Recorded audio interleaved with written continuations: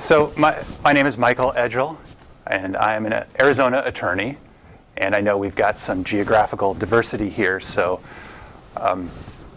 some of what I say may be Arizona specific, and you may hear me repeat to check your local laws a lot, because a lot of this is localized too.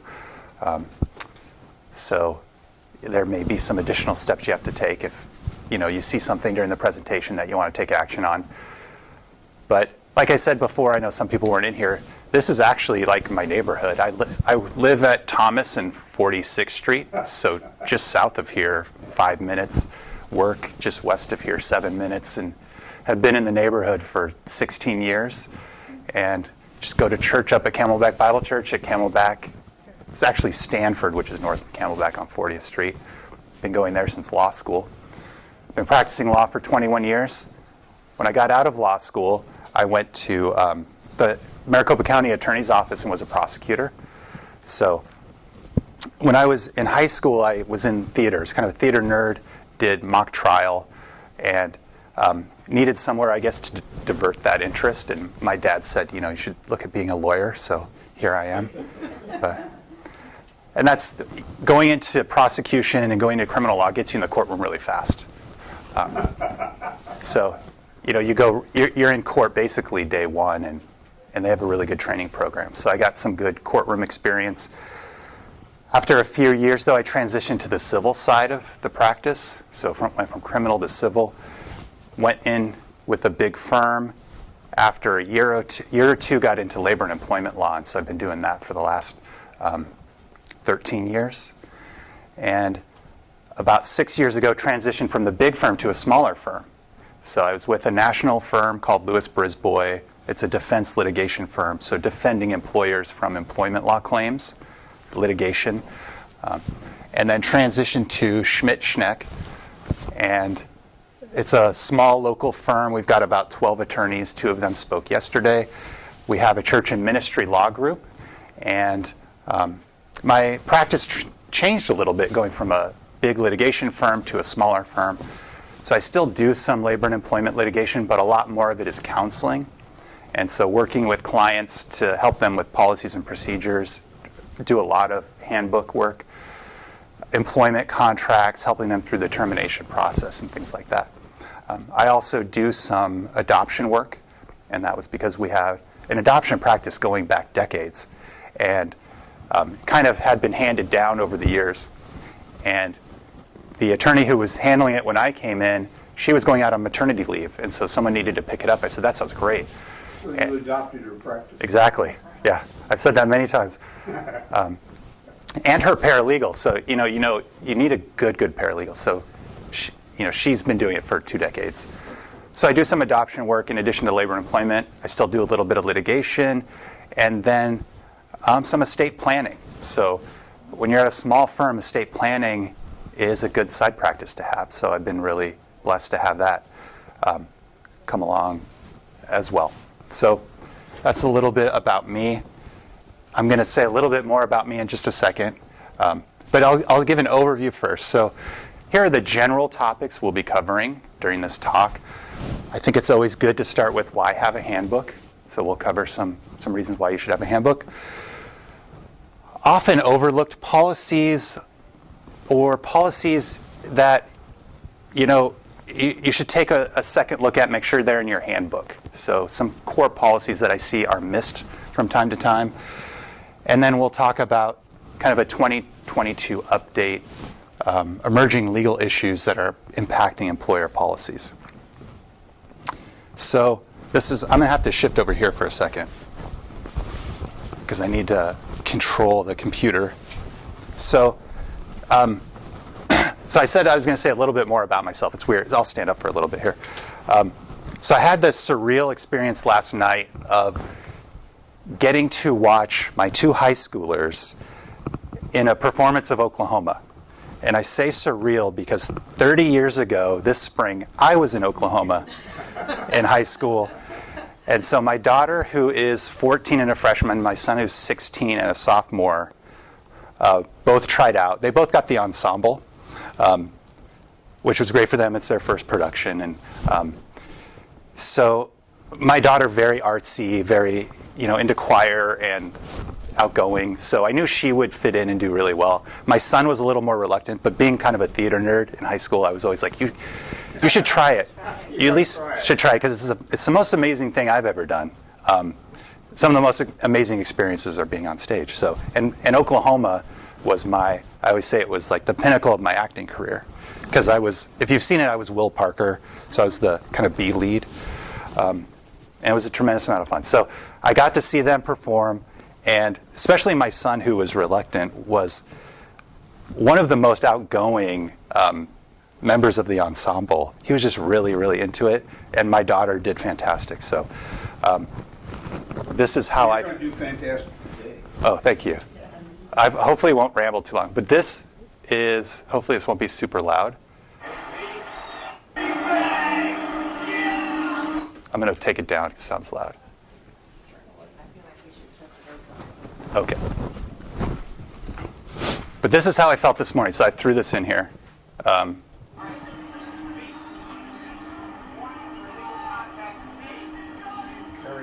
kid. I'll take it up just a little bit.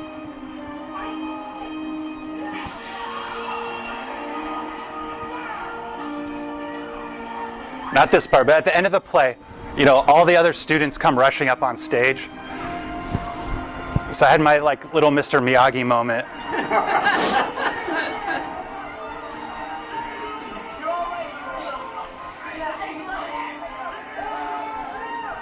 They're celebrating, their friends are hugging. I can't even get up on stage because it's just fun. And that's me.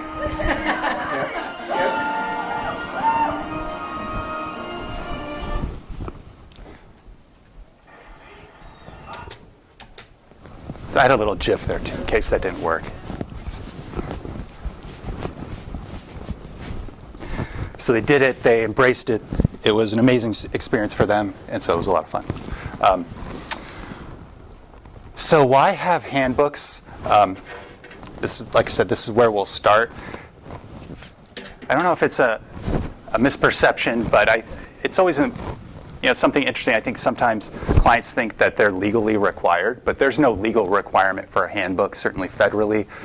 I'm not aware of any states that have a legal requirement for a handbook, but it's a great idea. And I think if you're an employer of any size whatsoever, except for maybe a true mom and pop that's just employing family members, that you should have a handbook.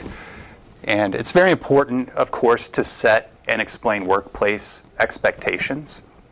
And so to communicate those expectations to the employee, but then also that the employee has expectations of how you will perform as well as the employer. So, obviously workplace conduct is an important expectation to set. But then in the mind of the employee, the expectation of when am I going to get paid? What are my holidays? What are the leave policies? Where can I go to report things like that. So obviously very important. Especially with an audience like this, where we're talking about religious organizations, it's an important tool to communicate values. And so, to have that values statement in there, to tie it into a statement of faith, which is something that I know Alliance Defending Freedom, which we've got a relationship with here because they're here in Arizona and we know those attorneys. I think they've been out there on the forefront in terms of developing a statement of faith and integrating that into your employment documents. That's something important to have signed as a freestanding document, but you can tie that into your employee handbook too, in case it ever got missed. So getting those values out there and answering common questions. So that's the employee expectations. What are our holidays? What days do I get off? Like I said, what are the pay days? What is the dress code? And then importantly as well is that certain policies will provide employers with a legal defense. And so we'll get into that in a little more detail. So here is the important policies kind of mini audit section. So these are very important policies to make sure are in your handbook.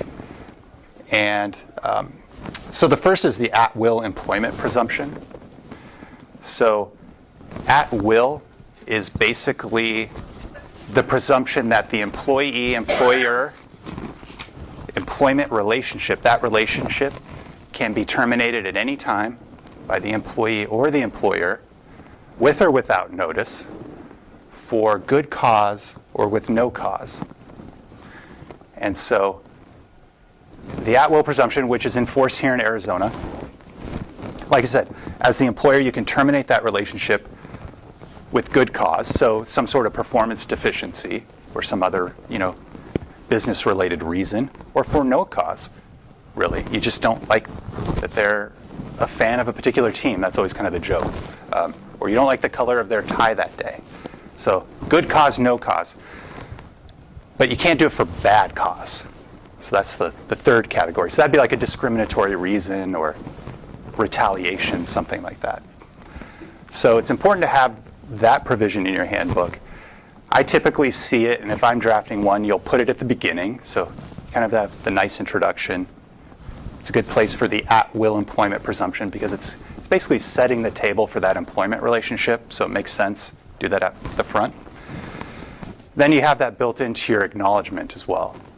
So the acknowledgement they sign at the end, you can put in the at-will language. You want to have something in there that says this employment agreement is not a contract.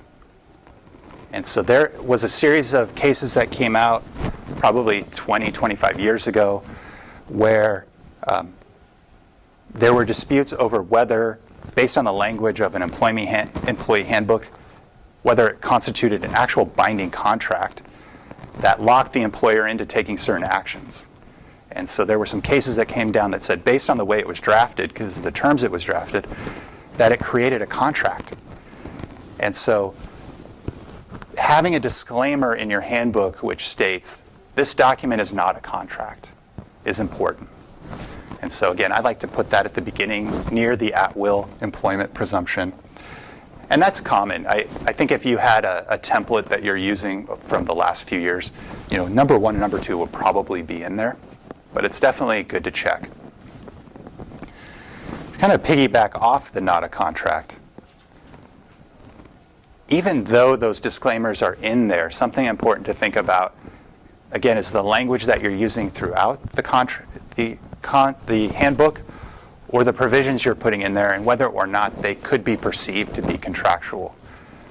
So the most common example is going to be a progressive discipline policy that is too rigid. And so that's actually what a lot of those cases kind of grew out of, is there were these handbook policies that had very rigid progressive discipline policies. So it was like step 1, verbal warning, step 2, written warning, step 3, submitted to the employee committee, so there was really no discretion built into the progressive discipline policy. And so if the employer deviated from that, and so let's say it's a first infraction and they just terminated the employee, these courts were turning around and saying, well, this is the way you've got it written is that this is mandatory, very rigid policy. You have to follow it. You broke the policy. You breached the contract, which was the handbook. So that's always something that I look at when I'm reviewing these handbooks, is how rigid is their progressive discipline policy. And you see it with churches, because I think sometimes churches want to mirror kind of the spiritual discipline procedures from the Bible. So just be aware of that and try to build in some discretion in there. So it's okay to have progressive discipline, but you want to make sure you have a statement in there that says the employer can deviate from this policy at any time and can terminate employees at any time, whether it's a first infraction, second infraction. Because it happens. You may have an infraction that's so serious that you just know you have to end the employment relationship. Or you have a lot of little things that build up and kind of the writing's on the wall. This person doesn't fit in, they're not doing well, or it's a culture clash. And so then you get to that first point of discipline. And I just had a call probably a couple weeks ago from a church. And it was that same thing. It was, this person is just not fitting into this role. It was just a fit issue. And then she had this discipline issue. And so I was getting the call, and she said, the business administrator, she's like, Michael, can I just fire them? It's not fitting. It's not a good fit. And now we've had this infraction. And I said, yeah, you can fire them. As long as there's not an employment contract outside of the handbook, you could terminate them at this point. So, and that reminds me, I should go back to point number 1. So the at-will presumption, that's the legal presumption, right? It doesn't even have to be written in your handbook necessarily.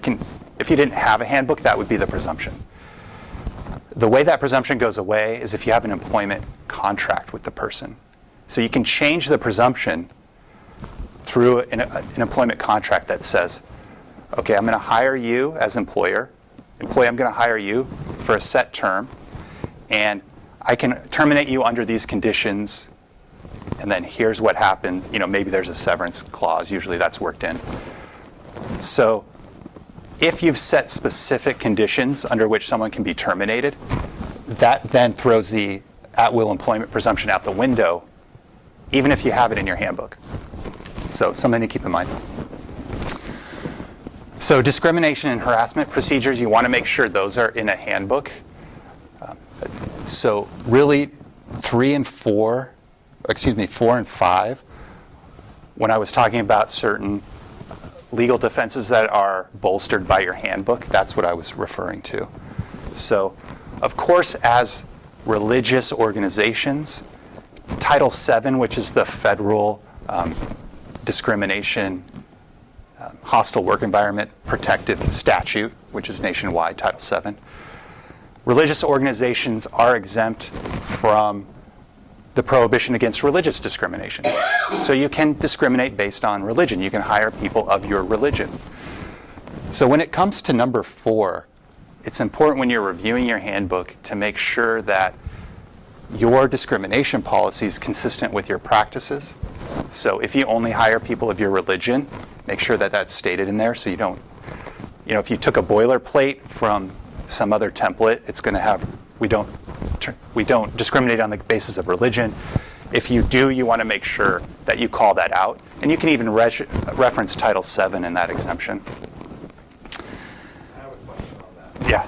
Are you able to then fire people based off of religion as well? Let's say they came in as a Christian and left as something and started practicing something else, you can let them go based off that as well? Yeah. Okay. Just want to make sure that it's not just like a hiring thing, but like, they become a Buddhist halfway through working with you and you're like, oh, well, we can't have you working here anymore, but you can still let them go. Yes. Okay.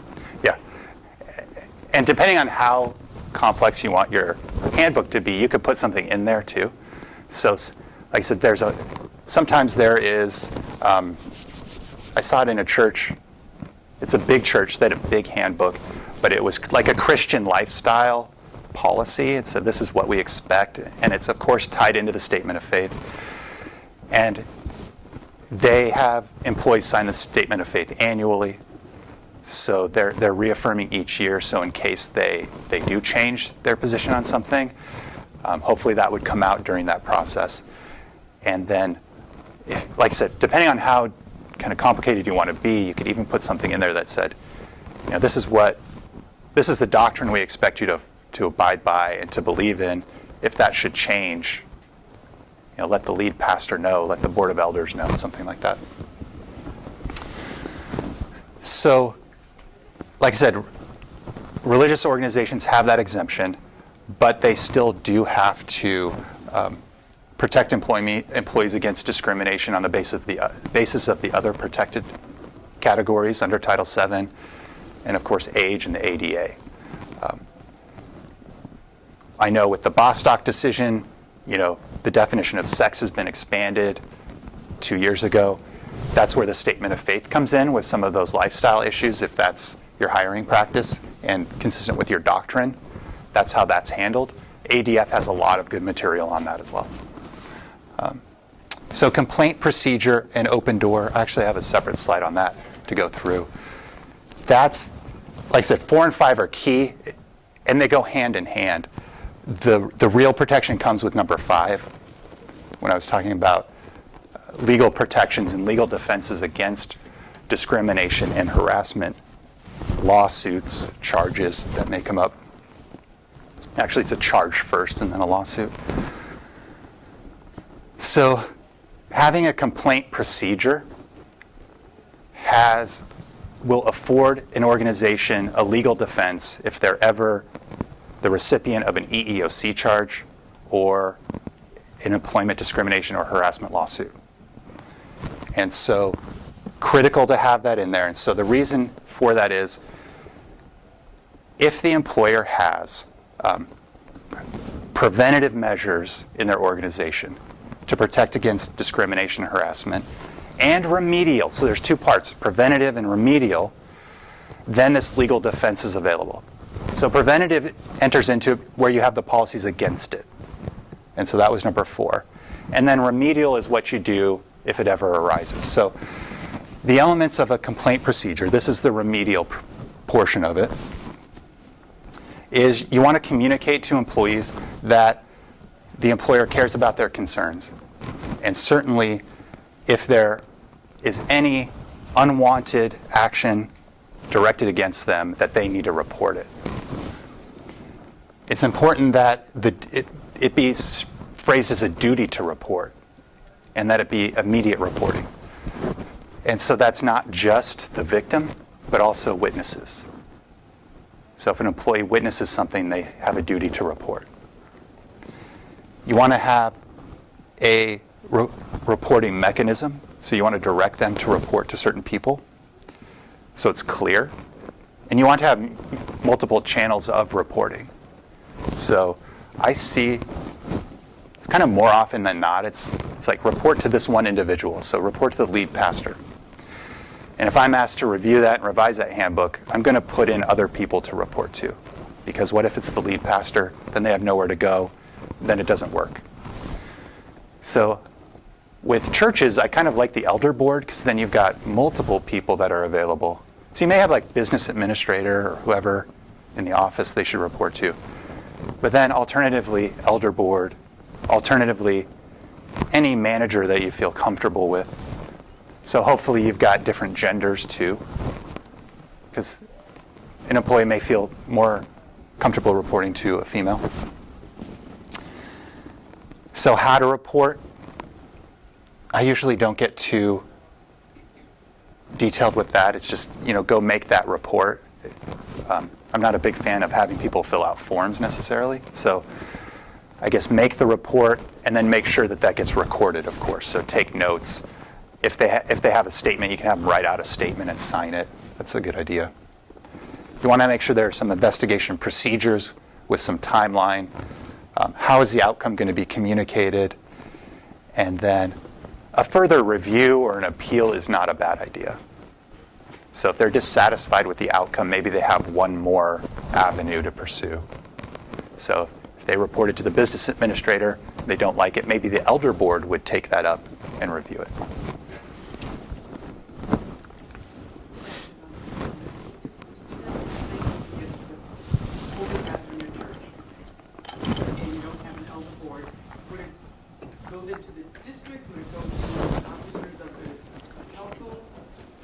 It would really be up to the organization and how they'd like to handle it.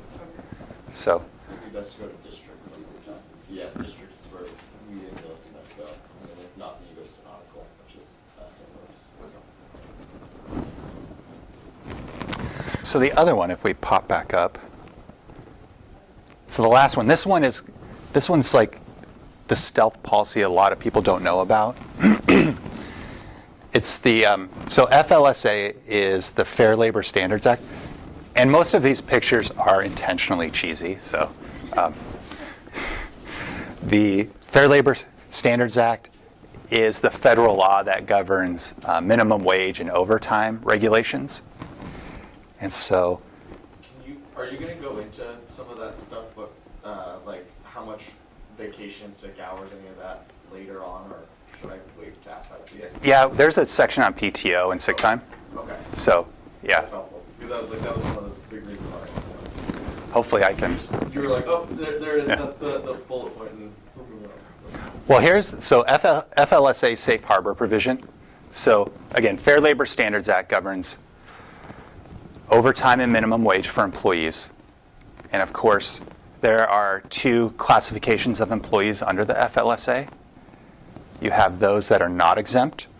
And so those are employees who get paid hourly, and they're due, not necessarily hourly, but actually, you can pay them a salary. But if they work more than 40 hours a week, they're entitled to overtime. But typically, they're going to be hourly. And whatever their salary averages out to has to be the minimum wage. So then you have the exempt employees. And so we won't get too much into the weeds between the two classifications because that's like a class in and of itself. But just generally, your exempt employees, to be designated exempt, there are two tests. There's a duties test, and then there's a salary test. And so under the duties phase, and this is probably a little too deep, actually, but I just want to set the table. So your exempt employees are going to be your administrative employees, professional employees, your executive employees. So those employees with those duties, so they meet the duties tests under the Department of Labor. So you need to go and actually look at the elements of the different duties to make sure they fit. It's important. And then make sure they're paid a salary of at least $684 per week, which just got bumped up like 2 years ago. Is that really just for Arizona, or is that That's nationwide. nationwide? Yeah. I knew it applied here, but I didn't know. So that means the employee's exempt from overtime. Like I would be like a professional, and so I don't get paid overtime because I get paid a salary. And if I work more than 40 hours a week, that's just covered by the salary. So that's the breakdown, just to kind of, like I said, set the table. So for your exempt employees, and again, there's two parts to the test, because some employers will think, well, if the employee wants to be paid a salary and I want to pay them a salary, we agree on that, then I don't have to pay them overtime. That's not true. You have to make sure that you satisfy that duties test as well. So all that to say, for your handbooks, there's a safe harbor provision. Because if you have an exempt employee who's being paid a salary, this only applies to the exempt employees. Employers cannot make any improper salary deductions. And so when you think of proper deductions, you've got your taxes, insurance that they've signed up for, retirement programs that they've signed up for, other legal deductions that are made. An employer cannot make any improper deductions without jeopardizing that exempt status and potentially the exempt status of other employees in their class. Now, if you screw up once, it's probably not going to be a big deal, but oftentimes it's not going to be like one mistake. It'll happen over time. If the DOL gets wind of it, like I said, it's possible that you could lose the exempt status, and then now you're looking at, well, how many hours did they work, and we have to pay all this back overtime, and it becomes a big mess. The DOL sniffing around and everything. But if you have a safe harbor policy within the handbook, it's basically like a get out of jail free card.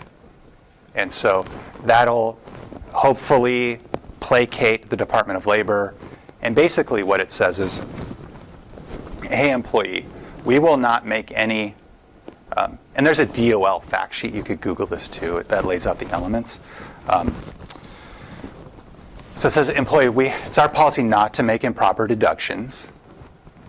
You have to have a reporting mechanism. So if you see any improper deductions from your paycheck or anything you have questions on, please report it to someone specifically.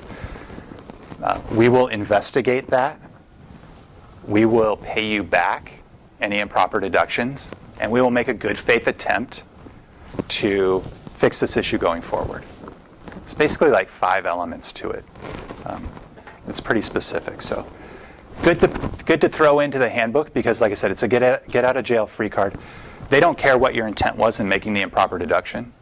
So it could be a simple accident. So there's the elements right there. I put in there. Okay. So you've got a policy against it, complaint mechanism, good faith commitment to take future corrective action, and reimburse for improper deductions. So those were the 6, important policies to look at. Some stealth policies in there. So this is the part of the presentation where we'll shift and kind of look at emerging issues for handbooks and things that some employers may not have considered.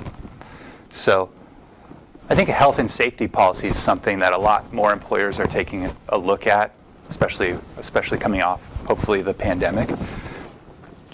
So take a look at health and safety policies and make sure you've got one in place. And it's always good.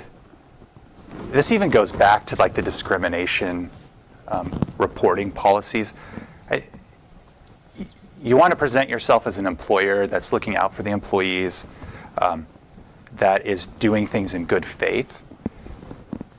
Because we talked about how there are those legal defenses for those specific policies. But if you're ever in a legal dispute, the handbook is going to kind of be a window into the heart of the organization. And so if you're looking out for the health and safety, if you're looking out to making a good work environment for employees, you're going to look better to a judge or a jury or an investigator. And you're going to show that, hey, maybe mistakes happen, but we really do try to do the right thing by employees. So a commitment to keeping the workplace safe is important. And then similar to the reporting obligations under the discrimination and harassment, make an affirmative obligation on employees to follow workplace rules regarding safety. Making an affirmative obligation on employees to keep the work area free of potential hazards. Those are good elements to have in a policy. If you have a workplace safety policy that is campus-wide or organization-wide, the handbook's a great place for it. But you can have location-specific policies too. So, if you've got a maintenance area, you can post policies there. But make sure that employees know from the handbook that it's their responsibility to keep it safe, keep the workplace safe. There should be a reporting mechanism. And so employees must report unsafe conditions, who to report to. And when it comes to COVID-19, I know things just over the last few months have changed. As the HR lawyer for the firm, I'm in charge of updating those policies. So whenever the CDC changes something or Maricopa County changes something, it kind of flows from CDC to the local agencies. And so I usually go to Maricopa County because that's where we are. So do you have in your handbook that you follow your county regulations for health? For the COVID-19, I thought it was easier to keep it outside the handbook. So we're not updating the handbook all the time. Yeah. Yeah, updating it all the time. Okay. Yeah, I didn't want to have to keep going back into the handbook and doing that. So we kept it outside and then just would email updates out to staff or do trainings periodically. So yeah, it's a good idea. Just keep an update, keep an eye on the changing policies. And I know you guys are from different parts of the country. I feel like things have been back to normal in Arizona for at least a year. Lucky you. Yeah. Governor Ducey, I think it was in April, did away with the mask mandates. Oh. So, yeah, I haven't worn a mask since April, unless specifically have to go into someplace. Well, and basically churches have been open for practically everything. I think ours was down for 30 to 45 days at one point in 2020, but other than that. Yeah, and we were really fortunate because our schools, my kids went back to school fall of 2020. So that felt like, once that happened, it was like pretty much back to normal, felt like.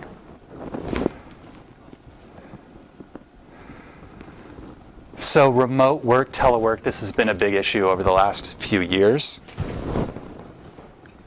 Employers pretty much had to had whiplash and just, had to react to changing conditions and sending people home without really having policies in place. And now employee expectations are different in terms of this. And it's funny, I have a friend that I've known through church for years, and she wants to come and, she wants to get a job. Her kids are getting older. And so she's like, hey, can I come and work at the firm? I was like, I'd actually been thinking of her. I thought she'd be a great fit. But she's like, yeah, I'd like to work 1 day a week in the office, and then I'd like to work at home the rest of the time. I was like, because we do have like a admin position open that backs up our office manager. But I was like, whoa, I don't know if that'll, yeah. It just seemed weird to like dictate that from the outset. So it's like, I think you pretty much have to be in to do the admin stuff. So in thinking through these remote work issues, you want to think through, okay, the hiring and orientation process. How do you onboard someone who's just going to be working at home or working at home most of the time? If you have one of those positions that can be telework or in the office, as the pandemic hopefully ramps down, there are other reasons why employees might need to flex and work at home. So it could be lifestyle, it could be an ADA accommodation. There are other reasons for that. So what would be the approval process for allowing someone to flex at home? It's something to at least think through, and if it makes sense to have a policy to put that in place. What are the expectations for those who can work at home? How is their performance going to be reviewed? When are they expected to be available? How do they keep track of time if they are hourly? You got to think through security concerns. So your information technology, how do you protect that? Who provides the equipment when they're working at home? So those are things to think through, and if you want to put a policy in place. I think this is important. You want to clearly define at some point which positions would be ineligible for work from home.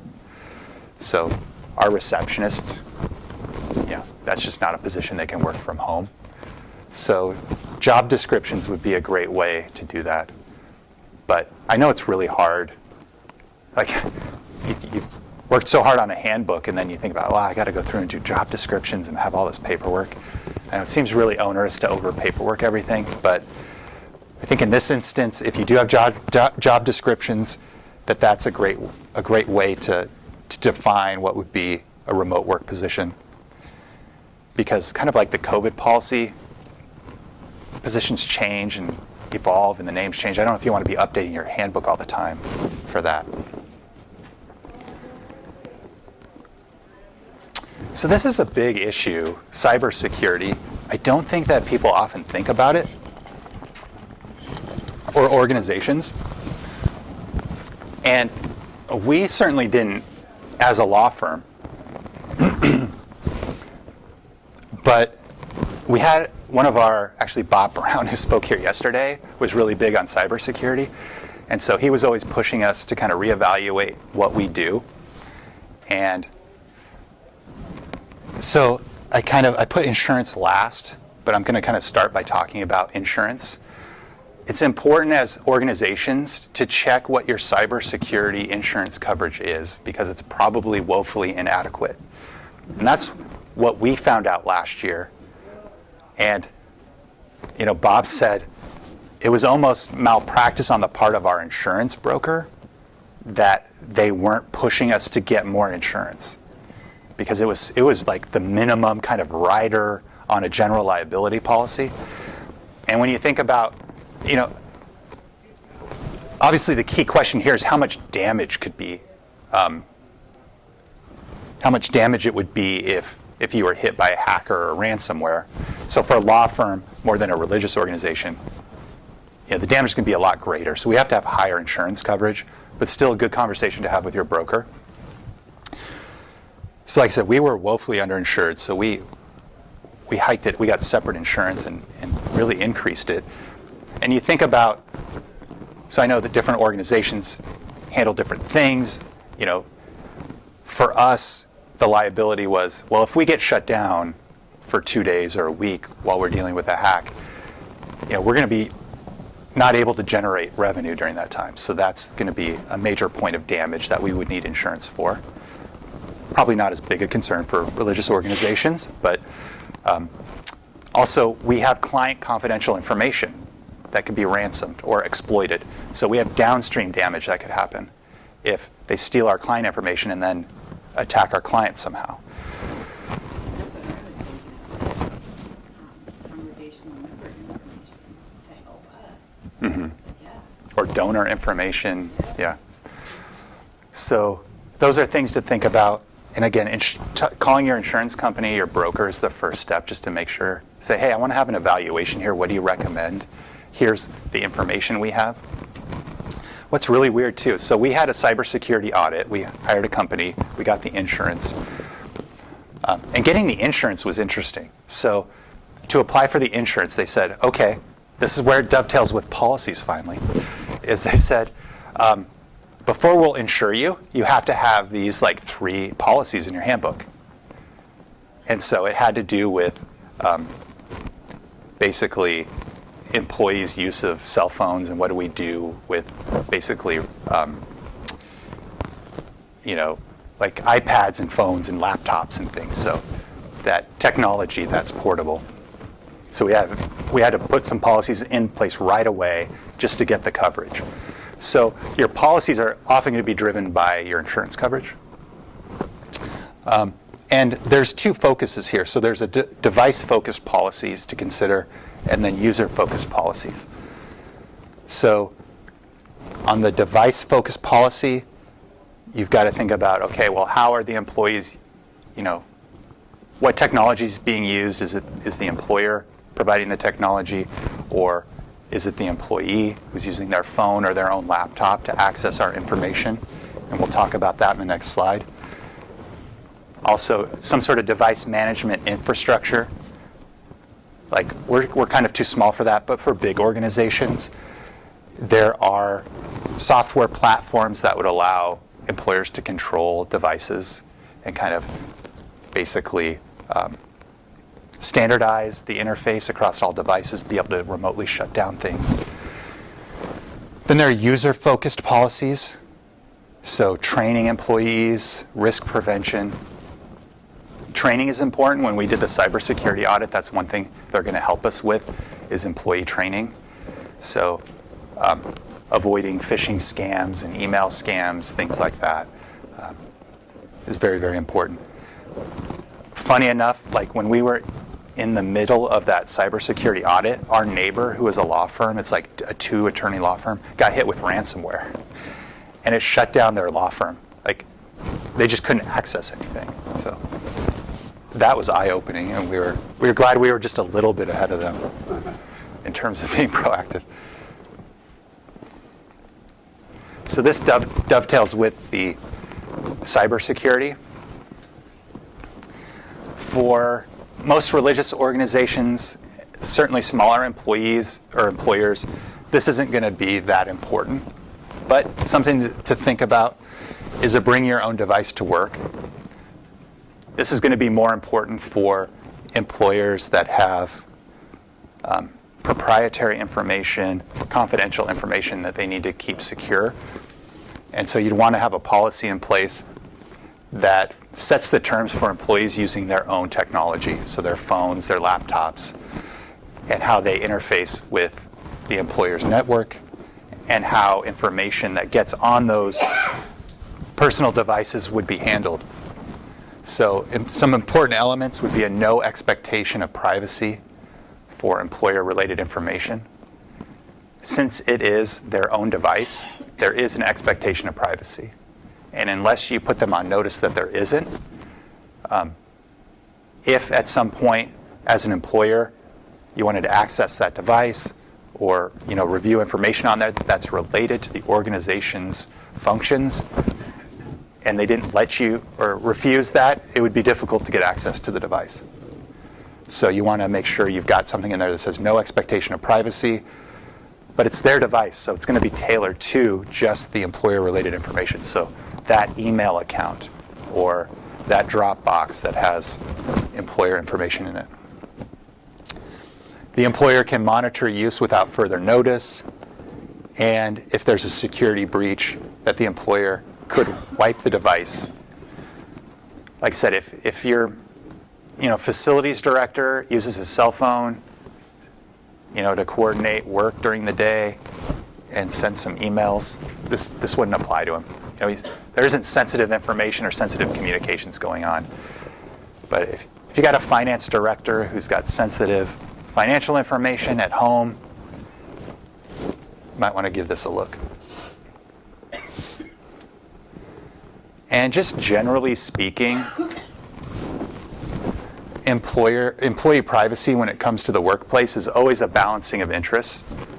So the legitimate employer interest versus a reasonable expectation of privacy. And so, of course, the Bill of Rights and the Fourth Amendment against, protection against unreasonable search and seizure doesn't apply to private employers. But there are certain privacy protections that private individuals have. Like I said, it's not a constitutional right, but it's more of like a general common law right. And if an employer were to breach those privacy rights, an employee could have a cause of action against the employer. And all of that is defined by the balancing of those two interests. And so it's important in employee handbooks to state where there is not an expectation of privacy. So even though the default is, if we give you the computer, that's the employer's computer, you don't have an expectation of privacy in that. I would state that in the handbook. I'd also state that you don't have an expectation of privacy in your desk, basically the work area.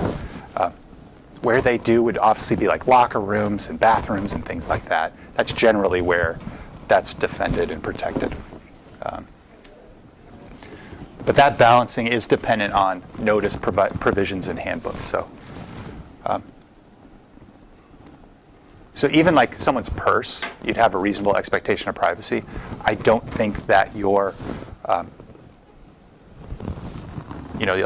neighborhood church could institute a policy where, okay, every day you come in, we'll wand you down and we're gonna search your personal items for security reasons, unless there was a legitimate employer interest, a legitimate security concern, or like a workplace investigation where, okay, the offering bag was stolen, these 6 people had access to it, we're going to look through this pursuant to the workplace investigation. But there's kind of, like I said, a balance there, and it's very fact specific. But your handbook plays a role in that. So here's where we get to some leave policies and different considerations. So PSL is paid sick leave. There is no federal paid sick leave law. There's no federal entitlement to paid sick leave. And I think when labor interests get frustrated at the federal level, they shift to the state level. And so what you've seen is states have been passing these sick leave laws when they can. Arizona passed one by voter referendum, because it never would have gotten through our legislature. But we have this voter referendum process, so they got it on the ballot, and it passed back in 2016. It went into effect in 2017. And it's a little bit of a wacky law. And so there was this period of kind of employers not knowing what to do and trying to figure out this policy. And the Industrial Commission of Arizona put out this 60-page question and answer form that you really had to read to understand how this worked. So all that to say is, know if your state has a paid sick leave requirement. There was one for a brief period of time during COVID, but that's lapsed now. So see what it is, review that law. If it's complicated like ours, you probably need a lawyer to look at it. And make sure you're in compliance with your state paid sick leave law. You should have PTO and paid sick leave policies in your handbook. Definitely put those in your handbook. They're important. The paid time off thing becomes an issue. I guess according to state law here in Arizona, there's no requirement to give people time off. or to pay them for time off. So that's always a kind of a fuzzy area in terms of trying to put it in the handbook. Yeah.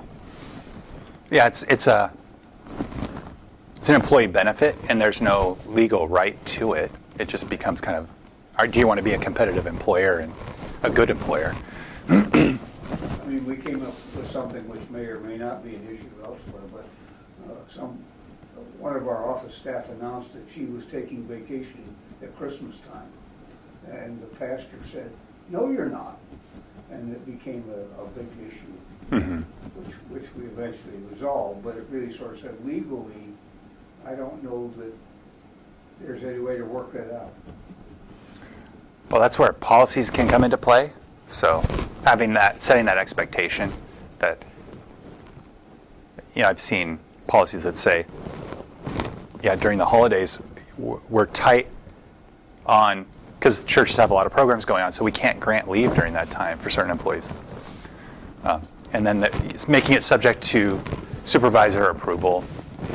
Obviously, employees should expect that, but putting it in the handbook makes it an easier pill to swallow. The handbook, like you say, it's not a contract, so Yeah. where does it leave the pastor of the church in terms of saying, hey, I'm not going to approve this, or it's kind of an arbitrary decision, in my opinion. Well, I definitely put it into, it can be arbitrary, but you could say subject to employer approval based upon organizational needs, organizational requirements. So some emergent PTO issues are employees who haven't been able to take vacation because of travel restrictions, maybe carrying a lot of PTO into 2022. So having some flexibility in working with those employees, generally like a use it or lose it policy is going to be acceptable in most states. There's a couple of states that have outlawed it or restricted use it or lose it procedures. I think it's Montana and, of course, California. So I just stay away from California. It's so we have some clients who have offices in California, so it gets really complicated. But I would just say have some flexibility. This is something that maybe they've earned, and if they banked a lot of it, try to work with them. A couple of options would be to pay it out, like cash it out, or have them spread it out over a couple of years just so they don't lose it, because it really wasn't their fault. So temporary modification of policies should be considered. You want to know your state law requirements. An interesting issue is whether or not paid time off is considered wages in your state. In Arizona, it's kind of a gray area, and it depends on how your handbook is drafted or on your practices. So in Arizona, wages are defined as compensation that the employee has a reasonable expectation to receiving. And so how is that reasonable expectation created? It could be created by the handbook, or it could be created through the pattern and practice of the employer. And they may contradict each other. Handbook may say one thing, but we do this too. In that case, whatever benefits the employee is what you're going to have to do. But try to be consistent. But that's something to look at. So when I'm drafting a handbook, I work with the client and I say, well, how do you want to treat PTO? If you make it basically, that they're guaranteed to it, that they get it paid out, then it's going to be considered wages, and you're going to have to pay it out. If you have a use it or lose it policy, then it's generally not going to be considered wages at that point. And so you might be thinking, like, what does it mean if it's considered wages or not?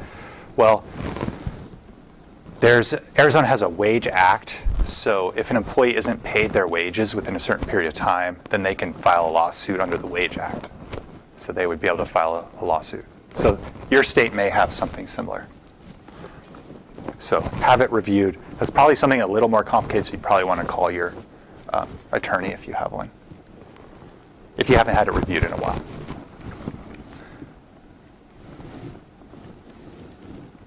So marijuana is our last topic. topic, but did you have PTO questions? Yeah, it's more along the lines of like how they.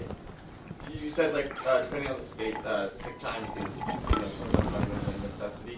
But like how did like they work 40 hours a week? Are you supposed to give them 8 vacation hours that month, or is it like, or can you make it in the employee handbook that like if you in your first year working here you get 5 vacation days and 5 sick days? Is there like a way that you have to like keep track of how it can build it up or whatnot? I wasn't sure if there's like a legal policy on that at all.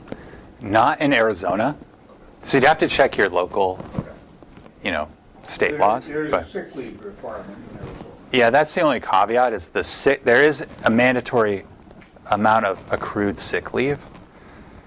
And you can combine the sick leave and the PTO. So as long as your PTO covers the sick leave requirements in Arizona, you don't have to have 2 separate buckets. You can just have one. So that might be the only Okay. caveat for your state too. But there isn't like a nationwide requirement. And that was the biggest thing that I wanted to make sure there wasn't a federal thing, I guess, that we were disobeying. Yeah, nothing like that. Don't need any lawsuits. Yeah. A small church.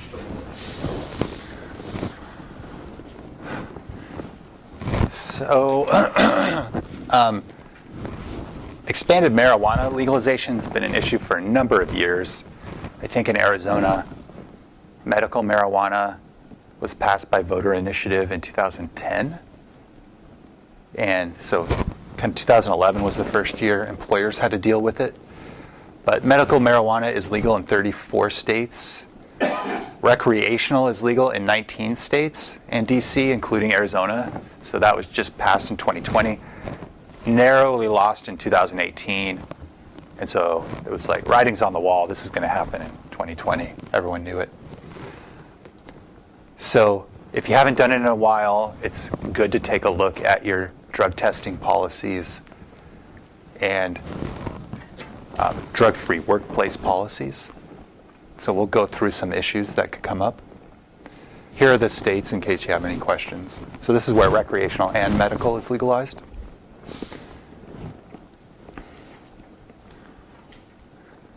And then just medical. So over there is Arizona's medical marijuana card. So they actually sign up through the Department of Health and get issued a card. So they're card holders under the law. I think for those states that have medical and recreational, that if there's any sort of registration requirements for medical are going to drop off. Because why jump through the hoops anymore of having to sign up and get a prescription and everything? That's actually a good thing in Arizona, because I'll talk about it actually probably right now. Yeah, I can jump ahead. So down here, medical marijuana and anti-retaliation laws.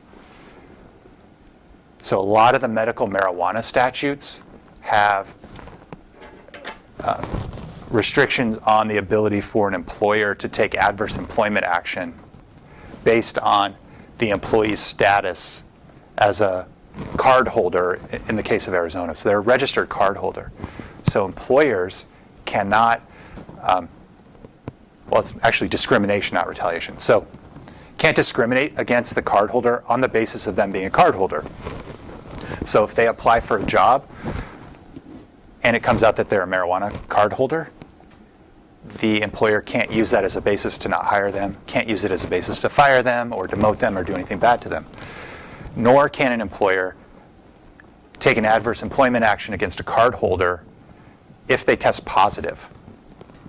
So if there's like a random drug screen in the workforce and the card holder tests positive, just the mere fact that they test positive, you cannot take an adverse employment action against them.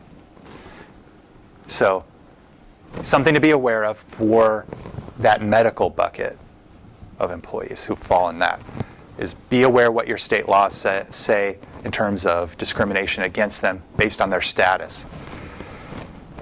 Now, there's several fine distinctions here. I'm going to talk about Arizona for a second. So we just had recreational marijuana become legal. There are no restrictions on employers. It's actually a really good thing.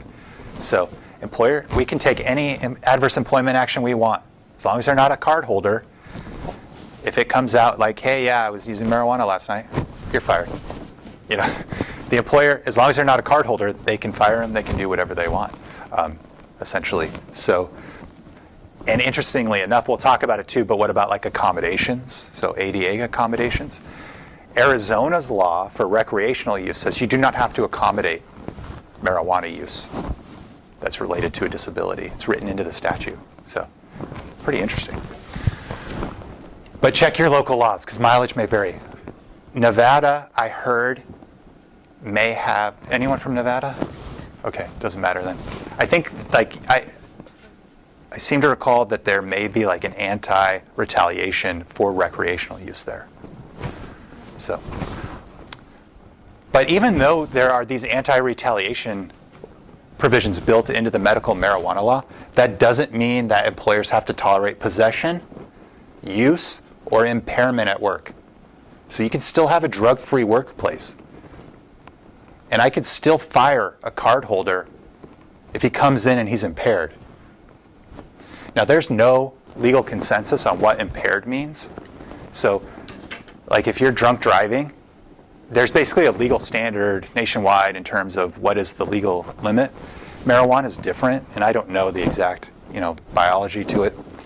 I know that there are different tests that test in different ways. So I think like a blood test will show more recent use, but then there's hair tests and metabolite tests. So you could take a test that shows use that was like a month ago, but that's not going to show impairment at all. So if you think impairment is an issue, what you're looking for is signs and symptoms of impairment. And so that's going to be like bloodshot eyes, lethargic, has the smell on them. So you want to look for actual impaired behavior, physical impairments, mental impairments, if there are anti-retaliation procedures, and you think someone is impaired at work, but can't bring it into your workplace, can't use it at work. Even if they have a card, and say they need it for pain or I don't know, whatever they need it for, you could prohibit them from doing it at work.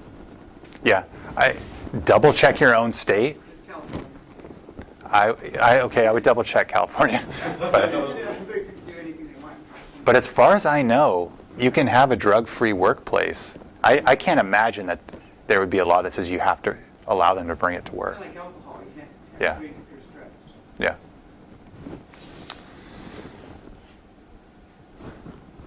So also, consider drug testing policies if you don't have one. There are different kinds of drug testing policies depending on the state. Arizona is a more employer-friendly state, so it has an employer-friendly drug testing law.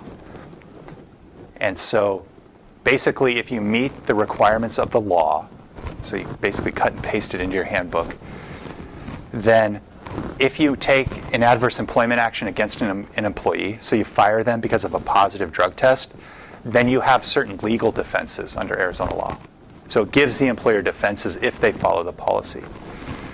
I can imagine there are states that probably have like employee-friendly drug testing laws, which say you cannot drug test unless you do these things. So Arizona is the other way. So take a look, figure out what, if that's an issue that's important to your organization, just see if there's any state laws on the topic. A lot of times with the medical marijuana law, you're going to have something about safety-sensitive positions in that law. And so, safety-sensitive positions. So that's something that's typically going to impact the health and safety of other employees or the health and safety of third parties, so the public. Best practice is to designate the position in advance. So don't wait until the person tests positive and then say, oh, that's safety sensitive. See, it's on this job description I just typed up. If that's something that's important to you, then do an audit ahead of time of your positions and then designate those in writing of what's safety sensitive. Don't overuse it. The big joke is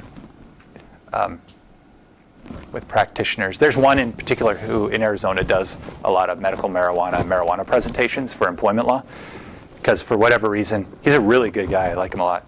But he's had a lot of cases, early cases that had to do with it, and they got appealed, and so he kind of became the expert. And so his presentation is entitled, "No, the receptionist is not a safety-sensitive position." So although in Arizona it's like wide open, you could literally name any position safety-sensitive. But I wouldn't do it, because if it gets challenged, you want to have a good faith reason for doing it. You don't want to be, well, it's because we want to just discriminate against cardholders. So I'd really take an audit, make sure it impacts health and safety. And if you've got specific status, yeah.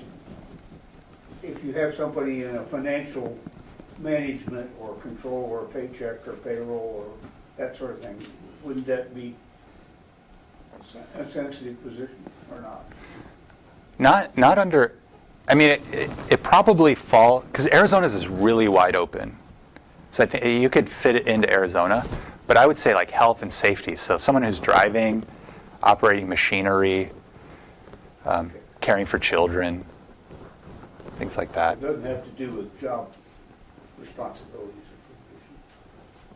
It does, but I wouldn't necessarily think financial would fit under that necessarily. But you'd have to see what. So basically, what this means in Arizona, safety sensitive, is that you can discriminate against card holders on the basis of them being a card holder or a positive drug test, because they're safety sensitive. And there doesn't have to be a safety issue. It just has to be, no, he's our bus driver. We don't want a card holder being a bus driver. Arizona also has a statutory list, but then it's open-ended. So I would think it's more likely than not that other states would have it pretty well defined what is a safety sensitive. So you could look that up. So this is the last one. So we'll finish a little bit early. Medical accommodations. So marijuana is still illegal under federal law. So under the Americans with Disabilities Act, marijuana use is not an accommodation for a disability because it's illegal. Of course, it's going to be decriminalized at some point, next 5 years, I would guess. So that will change. But for now, in terms of the Americans with Disabilities Act, there's no obligation to accommodate marijuana use. But different states have different laws on that. So it could be an accommodation in your state. California, probably. I'm trying to think of any other ones. Like Nevada, is probably one. Arizona's interesting because they specifically said no, you do not have to accommodate. Now you might be thinking, Michael, you just told us we don't have to under federal law. So what other accommodation requirements might there be? A lot of states have mirrored federal law with their own anti-discrimination statutes. So Arizona has its version of Title VII, of ADA, of age discrimination. So when they drafted the recreational marijuana statute, they made sure and said, hey, under Arizona law, you do not have to accommodate. So an interesting balance there of interests. So if you encounter marijuana use that is connected to a medical reason, it's good to take an initial kind of mental step there and try to see if there is an accommodation issue in your state. So call your church's attorney, or do a little bit of legal research if you can.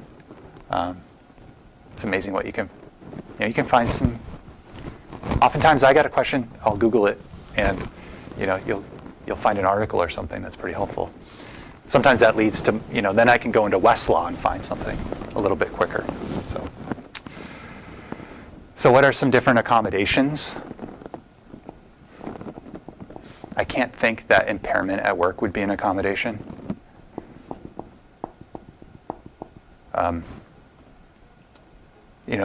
Reduced productivity at work would not, I could see that easily being defeated. But accommodation might be time off, so they can use marijuana if they're having their back pain is flaring up or something, or their hip pain. But I'm not. Oh, would that be- I don't use marijuana. Would working and you have to give them sick leave, or is that freebie time for them because they're disabled? You don't have to give them any leave outside of, you wouldn't have to like give them paid leave unless there's some state requirement I don't know about, but under federal law, certainly in Arizona law, if somebody needs time off and they're out of PTO or sick leave, you don't have to give them more paid time. But they could have unpaid leave. And that's where it gets a little bit murky, is how much unpaid leave is appropriate. And that's where you get into the reasonable accommodation analysis. Is it an undue hardship? But court after court has said open-ended leave, where there's no end in sight, is not a reasonable accommodation. But that's where an attorney would probably need to get involved and say, okay, for our jurisdiction, what do the cases say? And that's generally a federal issue, but you have different circuit courts with different standards sometimes until it gets ironed out. But generally speaking, like outside of 6 months is unreasonable. I definitely recall that from the research. But as far as you're saying, you're under no obligation to pay them for whatever time off they make. Not if they're out of paid time. Let them exhaust their paid time off. What if they aren't out of their paid time off and then like it's not like they're leaving for like 6 or 4 months sort of thing and saying, hey, like, I'm doing this trip or I'm doing whatever, but it's like, oh, like I missed like a week here and then like another 4 days here and then like another 4 days there sort of thing. Like how does that like legally speaking, like can you let them go because they constantly keep taking unpaid time off in inconvenient times? You could. Yeah, it becomes a undue hardship Okay. analysis at that point. So you have to look at, okay, what impact is this having on the organization? And that's typically going to be like a financial issue. ADA can be one of the hardest things to evaluate because it's so open-ended. So you can have, like there's a pretty much black and white law that an accommodation is not having to hire a second person to do the same job. But an accommodation might be to hire an assistant, for somebody with a physical disability. So there's not often a real clear-cut line. So you have to like do some analysis. But in that case, yeah, it'd be undue hardship. And yeah, you're basically looking at the financial impact and administrative impact on the organization. Yeah, and that was the biggest thing is like if it's impacting the organization from running basically the way it needs to, can't we just let them go because it's impacting the organization? Mm-hmm. Yeah, I can't say black or white every situation, but there's some wiggle room there. The employer. Yeah. There's Employee doesn't have an automatic, I could come back anytime I want to and expect to be employed. another interesting issue is if you wanted to somehow tie that into the statement of faith. So, impairment. It gets tricky because then you're talking about, well, a pretty savvy lawyer would be able to attack that if someone's on pain pills that or have a pain condition and they're taking prescription medications, or if you don't take the same view of alcohol, things like that. Really, marijuana has the status of alcohol now, I would think. And one other thing to be aware of, I was thinking of this when I was going over this, is marijuana has different impacts on the brain depending on how it's ingested.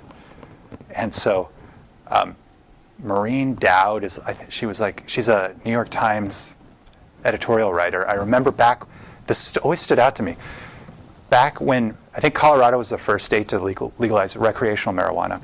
So right after that happened, I guess she was traveling there and so wanted to try it. And so she did an edible. And you could probably look it up online. It was a funny article. She ate like a Snickers bar or equivalent of whatever it is. And she thought she had died because the potency of the edibles is really high, and its impact on the user is more of a psychedelic impact than like smoking. So she was having this like major psychedelic episode and had ingested so much that it was very severe. And she was like, yeah, I thought I had died. Like in her mind, she had like